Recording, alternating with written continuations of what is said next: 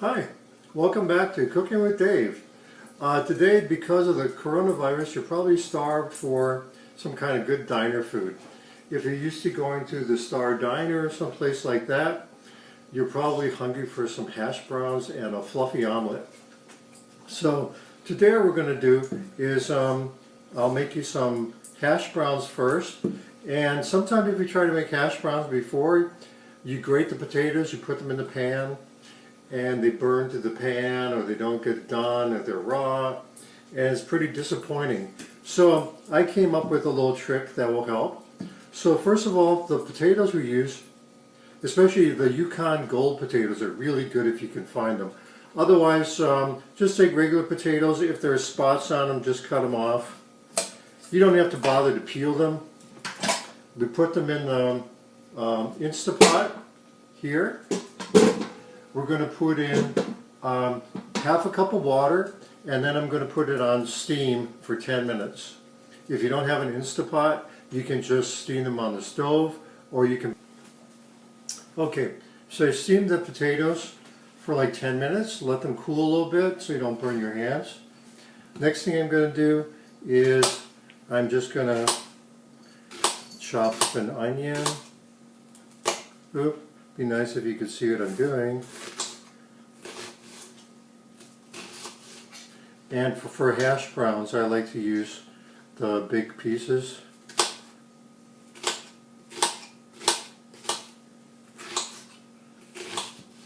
And let's do one more.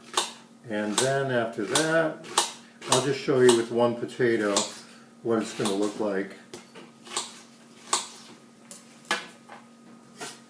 So after these have cooked for like 10 minutes, they're not real soft, they're not mushy like mashed potatoes, but you can actually cut them more easily.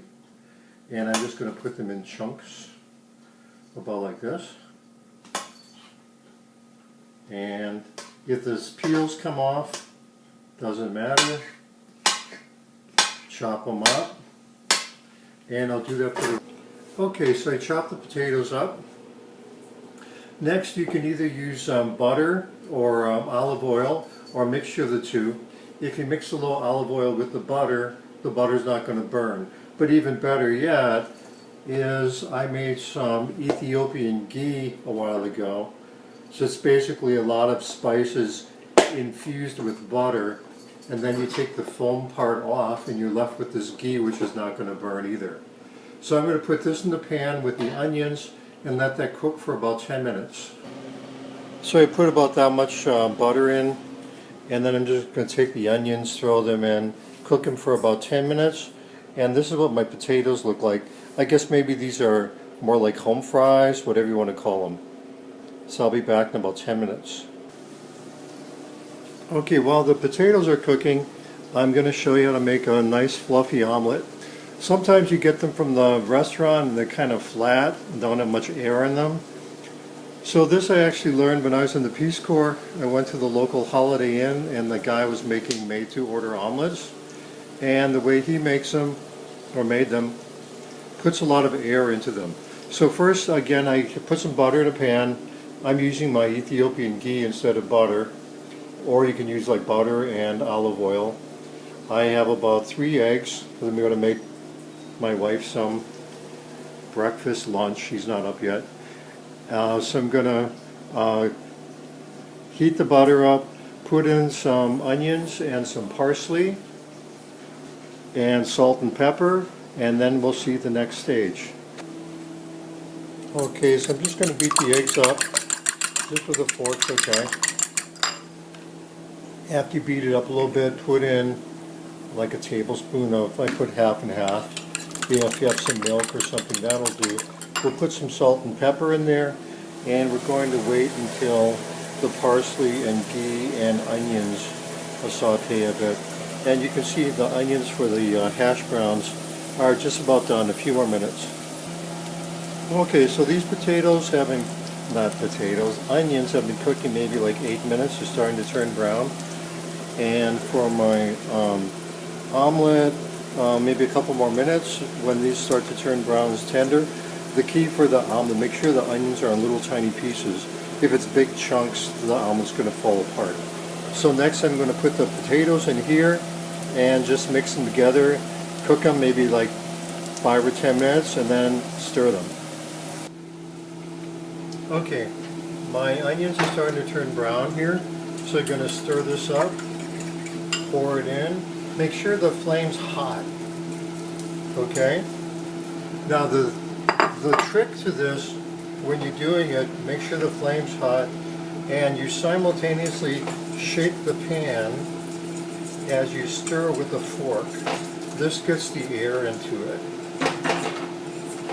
And you do that for a while until the eggs start to sit, so they're not real runny. And then I'm going to put a little cheese on top and let it melt.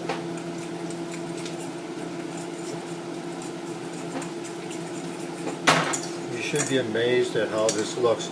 Again, you have to make sure you put lots of butter in the pan, otherwise this thing's going to stick.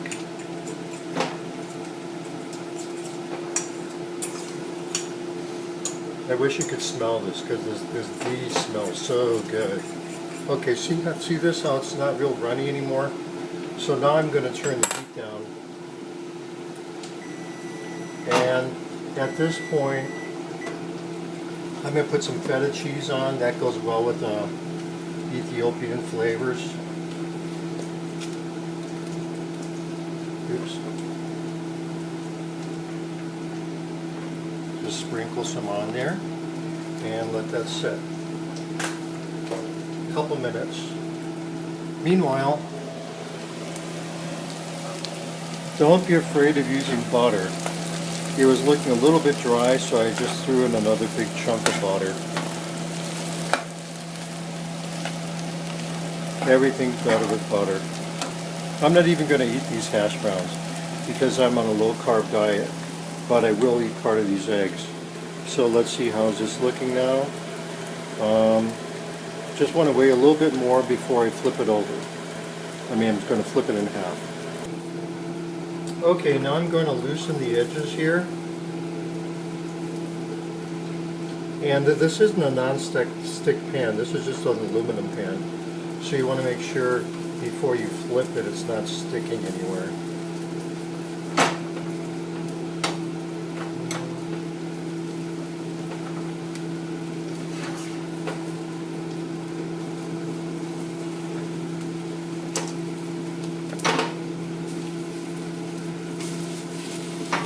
And there you go. Put it on a plate.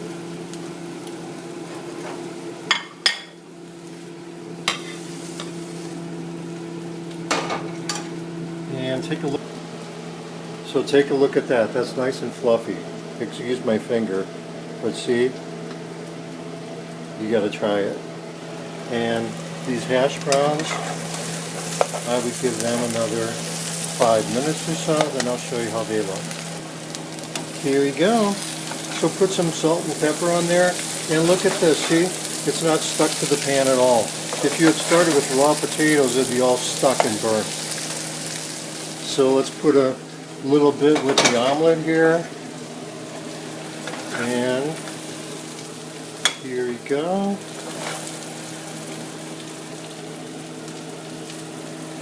There, how's that look? I'm going to bring some to my wife now for lunch.